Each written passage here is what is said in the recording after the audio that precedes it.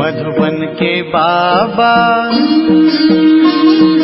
मधुबन के बाबा मुरली वाले, आपका क्या कहना,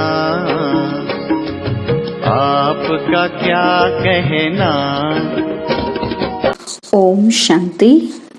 आज 28 अप्रैल 2023 के साकार मधुर महावाक्य हैं।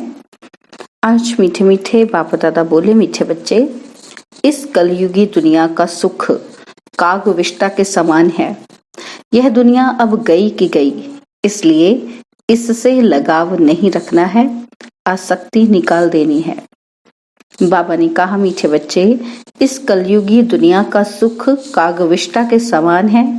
यह दुनिया अब गई की गई, इसलिए इससे लगाव नहीं रखना है, आसक्ति निकाल देनी है। बाबा ने आज प्रश्न पूछा कि किन बच्चों की दिल इस पुरानी दुनिया से नहीं लग सकती। और उत्तर में बाबा कहते, जो आज्ञाकारी, वफादार, निश्चय बुद्धि बच्चे हैं, उनकी दिल इस पुरानी दुनिया से लग नहीं सकती, क्योंकि उनकी बुद्धि में रहता कि यह तो विनाश हुई की हुई। यह तिलिस्म का खेल है, माया का भबका है, इसका विनाश होना ही है। डैम फटेंगे, अर्थक्वेक होगी, सागर धरनी को हप करेगा, यह सब होना है। Nothing new. Sweet home, sweet राजधानी याद है तो इस दुनिया से दिल नहीं लग सकती। मुरली का गीत है, जिसका साथी है भगवान, उसको क्या तोड़ेंगे आंधी और तूफान। ओम शांति। यह निश्चय के ऊपर गीत है। जब बाप का बनते हैं, वह बाप आते हैं तो वह आकर हमारा साथी बनते हैं। बच्चे जानते हैं, जब बाप आते हैं तब ही विनाश के तूफान होते हैं। बाप आते हैं पुरानी दुनिया को खलास कर नई दुनिया स्थापन करने। अर्थक्वेक होगी, समुद्र नीचे से धरती को खा जाएगा, बरसात ऊपर से धरती को खा जाएगी, ये सब होना ही है। गीत तो उन्होंने ऐसे ही बैठ बनाए हैं। तुम ब्राह्मण कुलभूषण बच्चे जानते हो। क्या जानते हैं हम? कि बरोबर पुरानी दुनिया का विनाश होना है। बाप आए ही हैं नई दुनिया की स्थापना करने। ब्राह्मणों को सारे विश्व का मालिक बनाते हैं। पुरानी दुनिया का विनाश कराए, फिर सारे विश्व की रजाई बच्चों को वर्षे में देते हैं। तुम जानते हो, बाप से नए विश्व के मालिक बने का वर्षा मिलता है। यह पुरानी विश्व तो कोई काम की ही नहीं है। मनुष्य समझते हैं कि अब तो स्वर्ग बनता जा रहा है, परंतु ये सब है माया का भबकाव। सब चीज मुलम्मे की है, सारा राज्य मुलम्मे का है। रुड़ने के पानी समान, यानी कि मृग तृष्णा समान है। इसमें मनुष्य खुश होते हैं। आगे जब मुसलमानों का राज्य था तो ये एरोप्लेन, मोटरें आदि थोड़ी थी। ये सब माया का भबका है। कितने प्लान्स बनाते हैं। बच्चे जानते हैं कि ये सब विनाश होने हैं। अर्थक्वेक होगी, ये डैम्स आदि सब पानी ही पानी कर देंगे। मनुष्य समझते हैं कि इससे सुख मिलेगा, परंतु इन सबसे दुख ही मिलेगा। यह एरोप्लेन भी दुखदाई बन पड़ेंगे, बॉम्ब्स गिराएंगे। तो बच्चे ये सब बातें भूल जाते हैं, इसलिए पुरानी दुनिया में दिल लग जाती है। जो बाप के आज्ञाकारी, वफादार, पूरे मददगार बच्चे बनते हैं, पक्के निश्चय बुद्धि हैं, वह तो जानते हैं कि कुछ भी हो, यह कोई नई बात नहीं है। यह तो अनेक बार पुरानी दुनिया का विनाश हुआ है, सो अब होना है जरूर। वह समझते हैं कि बहुत नई नई चीजें बन रही हैं, स्वर्ग बन रहा है, और तुम बच्चे सिर्फ जानते हो कि यह तो तिलिस्म, जादू का खेल है। जैसे कोई पुराने सोने को रंग रूप लगाकर चमकदार बना देते हैं, वैसे ही इस पुरानी दुनिया को भी रंग रूप देकर चमकदार बनाने के सब तरफ प्लान्स बनाते रहते हैं। उनको ये पता ही नहीं कि विनाश होना है। यह तो तुम ब्राह्मण ही जानते हो कि यह पुरानी दुनिया विनाश होनी है। मनुष्य तो कह देते हैं कि यह पुरानी दुनिया विनाश होगी, फिर नई दुनिया भगवान आकर स्थापन करेंगे। पहले ब्रह्मा को रचेंगे, फिर उनसे मनुष्य सृष्टि पैदा होगी। सो तो पता नहीं कब होगा। यह सिर्फ तुम बच्चों को बाप बैठ समझाते हैं। भगवान की है श्रीमत। अब श्रीमत जब कहा जाता है तो जरूर समझना चाहिए कि यह तो ऊंच भगवान की ही मत है। श्रीमत ब्रह्मा की व विष्णु की नहीं कहते हैं। भगवान आकर ब्रह्मा तन से श्रीमत कैसे देते हैं यह मनुष्य नहीं जानते हैं। वह समझते ही नहीं कि ब्रह्मा फिर नीचे कैसे आता है। वह तो है सूक्ष्म वतनवासी। तो इन सब बातों को न जानने के कारण श्री कृष्ण का नाम दे दिया है। ऐसे भी नहीं हो सकता कि श्री कृष्ण का कोई साधारण रूप है जिसमें परमात्मा प्रवेश करते हैं। यह बातें कोई नहीं जानते। बाप कहते हैं कि हमारे भी बहुत गुरु किए हुए थे, परंतु कुछ पता ही नहीं था। भूले हुए थे कि श्रीमत किसकी है। श्रेष्ठ ते श्रेष्ठ तो है निराकार, उनकी ही श्रीमत है। शिवाय नमः कहते हैं ना, तो उनकी महिमा अपरम अपार है। इन बातों को तुम बच्चे ही जानते हो। ये सब बातें किसी को बुद्धि में बिठाने में कितनी मेहनत लगती है। अब भक्तों को भगवान की मत चाहिए, ये तो ड्रामा मिनूंद है। गीता के भगवान ने आकर भक्तों को मत दी है, तो भक्तों का उद्धार कैसे हो। भक्त फिर कह देते हैं भगवान सर्वव्यापी है। भक्त ही भगवान है, तो बताओ उनका क्या हाल होगा। अब बाप बैठ समझाते हैं कि भगवान एक है, वह आते ही हैं भक्तों की रक्षा करने। इस समय मनुष्य सब रावण की शोक वाटिका में है। कोई भी मनुष्य साधु संत आदि रक्षा नहीं कर सकते हैं। भक्तों की रक्षा भगवान को करनी है। मनुष्य यह नहीं जानते कि हम पतित दुनिया नरक में निवास कर रहे हैं। पावन दुनिया स्वर्ग को कहा जाता है। ये बातें समझेंगे फिर भी कोटों में कोई। कल्प पहले वाले सिकिलदे बच्चे ही आएंगे। कल्प कल्प तुम सिकिलदे बनते हो, फिर कोई तो पूरा बनते हैं और कोई को तो माया कच्चा ही खा जाती है। पाप को याद ना करने से झट विकार आ जाते हैं। पहला पहला विकार देह अहंकार आया तो फिर औरों की भी चेष्टा होगी। इसलिए पाप कहते हैं देही अभिमानी बनो, क्योंकि सबको वापस जाना है। यहाँ तो दुख ही दुख है। कलयुगी दुनिया का सुख कागविष्टा के समान है, यह तो सन्यासी भी कहते हैं और तुम भी समझते हो। नरक और स्वर्ग को तुम बच्चे जानते हो। नरक में तो कोई सुख नहीं। नरक में कोई से भी लगाव रखना अपना पद भ्रष्ट करना है। कोई भी चीज में आसक्ति नहीं रखनी है। समझाना चाहिए ये तो पुरानी दुनिया खत्म होने वाली है। यह दुनिया कोई काम की नहीं है। पहले पहले देह अभिमान आने से उनके साथ दिल लगती है। देही अभिमानी फिर इस पुरानी दुनिया से जैसे उपराम रहेंगे। वह होता है हद का वैराग्य और यह है बेहद का वैराग्य। हम इस पुरानी दुनिया को भूलते हैं, ये बिल्कुल ही दुख देने वाली है। इनसे बाकी थोड़ा सा काम लेना है, यह गई कि गई।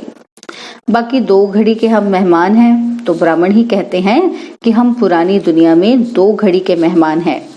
हम अपने स्वीट होम स्वीट राजधानी में आकर सुख भोगेंगे। अब हमको जाना है। यह पुरानी दुनिया कब्रिस्तान होनी है, इसलिए देह सहित सब कुछ भूल जाना है। यह शरीर पुरानी जुत्ती है, इसको अब छोड़ना है। योग में रहना है। योग में रहने से आयु बढ़ेगी तो हम बाप से वर्षा लेंगे। देह अभिमानी की आयु बढ़ नहीं सकती। उनका देह से प्यार हो जाता है। कोई का शरीर अच्छा है तो देह से प्यार होता है। अच्छी रीति मलते रहेंगे जैसे बर्तन मले जाते हैं। जितना तुम योग में रहेंगे उतना आत्मा प्योर होती जाएगी और फिर लायक बनेंगे नया बर्तन लेने के। हम शरीर को भल कितना भी साबुन वैसलीन पाउडर, फिर भी पुराना शरीर है ना। पुराने मकान को कितना भी मरम्मत करो तो भी जैसे खंडहर है, तो यह शरीर भी ऐसे है। ऐसे से अपने से ऐसी ऐसी बातें करेंगे तब बाप और वर्षे से दिल लगेगी। और कोई चीज से दिल नहीं लगानी है।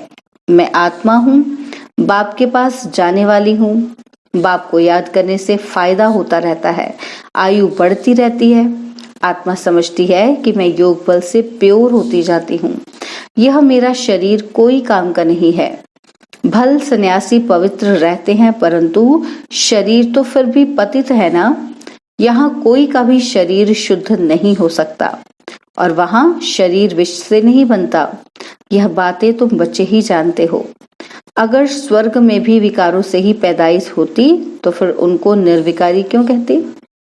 वहां तो आत्मा और शरीर दोनों पवित्र होते हैं। तुम जानते हो इस समय 5 तत्व भी आयरन एज्ड हैं, तो शरीर भी ऐसे मिलते हैं। बीमारी आदि हो जाती है और वहां कभी शरीर बीमार हो ना सके। ये सब समझने की बातें हैं। वहां तुम्हारे शरीर भी नए बनते हैं, सतो प्रधान प्रकृति बन जाती है और वहां ये दवाइयां आदि कुछ नहीं होती। शरीर चमकता रहता है, काया कंचन समान बन जाती है। अभी तो लोहे की है। वंडर है ना कि काया कैसे बदलती है, कोई पॉलिश तो नहीं की जाती है। काया एकदम कंचन माना सोने के जैसी हो जाती है। उसको गोल्डन एज कहा जाता है। सोने के शरीर तो नहीं होते हैं। लक्ष्मी नारायण को पारसनाथ पारसनाथिनी कहते हैं। उनके शरीर देखो कितने सतो प्रधान हैं, उनकी कितनी महिमा है। अभी तो ये 5 तत्व भी तमो प्रधान है। विष से शरीर पैदा होते हैं। वहां है योग बल की बात। स्वर्ग में जरूर वाइसलेस बच्चे होंगे। काम महाशत्रु वहां होता नहीं। बाप कहते हैं ये काम तुमको आधि मध्य अंत दुख देने वाला है। उनको कहा ही जाता है संपूर्ण निर्विकारी दुनिया, और इसको संपूर्ण विकारी दुनिया कहा जाता है। हर एक के अंदर यह 5 भूत हैं और 5 भूतों पर विजय तब पाते जब सर्वशक्तिमान बाप से योग लगाते हो। जिस योग बल से तुम विश्व के मालिक बनते हो, तो तुम हो इनकॉग्निटो शिव शक्ति सेना। सेना शिव बाबा से योग लगाकर शक्ति ले रही है। वह सर्वशक्तिमान बाप है ही स्वर्ग की राजधानी स्थापन करने वाला गॉड फादर। वह आते ही हैं तुमको स्वर्ग का मालिक बनाने। अभी तुम स्वर्ग के लायक नहीं हो। मैं कल्प कल्प आकर तुम बच्चों को स्वर्ग की राजधानी में राज्य करने के लायक बनाता हूँ। अभी तुम हो नरक के मालिक। मनुष्य कहते भी हैं कि फलाना मरा स्वर्गवासी हुआ।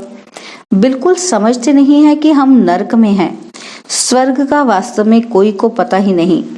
कहते हैं जिनके पास धन दौलत बहुत है उनके लिए यहाँ ही स्वर्ग है। अरे इतनी बीमारियां आदि लगी पड़ी हैं, इसको स्वर्ग कैसे कहेंगे? स्वर्ग तो सतयुग को कहा जाता है। कलयुग में थोड़े स्वर्ग है। बाप ने समझाया है कि यह है विकारी दुनिया। हर एक नारी द्रौपदी पार्वती है। हर एक नारी को अमरनाथ अमर कथा सुनाते हैं। हर एक द्रौपदी नग्न होने से बच जाएगी। यह बातें बेहद का बाप बैठ समझाते हैं। वह है ही वाइसलेस वर्ड, संपूर्ण निर्विकारी दुनिया। विकार बिल्कुल ही नहीं। आत्मा आकर प्रवेश करती है तो उस समय गर्भ में बिल्कुल प्योर रहती है। आत्मा भी प्योर आती है, इसलिए उनको गर्भ में कोई भी सजा नहीं भोगनी पड़ती है। यहाँ तो सभी को सजा मिलती है। अच्छा, मीठे मीठे सिकिलधे बच्चों प्रति माता पिता बाप दादा का याद प्यार और गुड मॉर्निंग। रूहानी बाप की रूहानी बच्चों को नमस्ते। हम रूहानी बच्चों की रूहानी बाप दादाजी को दिलवा जान सिकवा प्रेम से नमस्ते।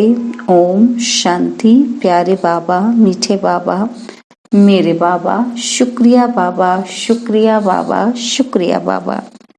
धारणा के लिए मुख्य सार है। पहला पॉइंट है, इस दुनिया में स्वयं को मेहमान समझना है। देही अभिमानी बन पुरानी दुनिया और पुरानी देह से उपराम रहना है। सेकंड पॉइंट है, योग से आत्मा और शरीर दोनों को पावन बनाना है। पुराने शरीर तरफ आकर्षित नहीं होना है, इससे लगाव नहीं रखना है। बाबा ने आज वरदान दिया, शांति के अवतार बन विश्व में शांति की किरणें फैलाने वाले शांति देवा भव। शांति के अवतार बन विश्व में शांति की किरणें फैलाने वाले शांति देवा भव। जैसे छोटा सा फायरफ्लाई यानी कि जुगनू दूर से ही अपनी रोशनी का अनुभव कराता है, ऐसे विश्व की आत्माओं व संबंध संपर्क में आने वाली आत्माओं को महसूस हो कि शांति की किरणें इन विशेष आत्माओं द्वारा मिल रही हैं। बुद्धि द्वारा अनुभव करें कि शांति का अवतार शांति देने आ गए हैं। चारों ओर की अशांत आत्माएं शांति की किरणों के आधार पर शांति कुंड की तरफ खींची हुई आए।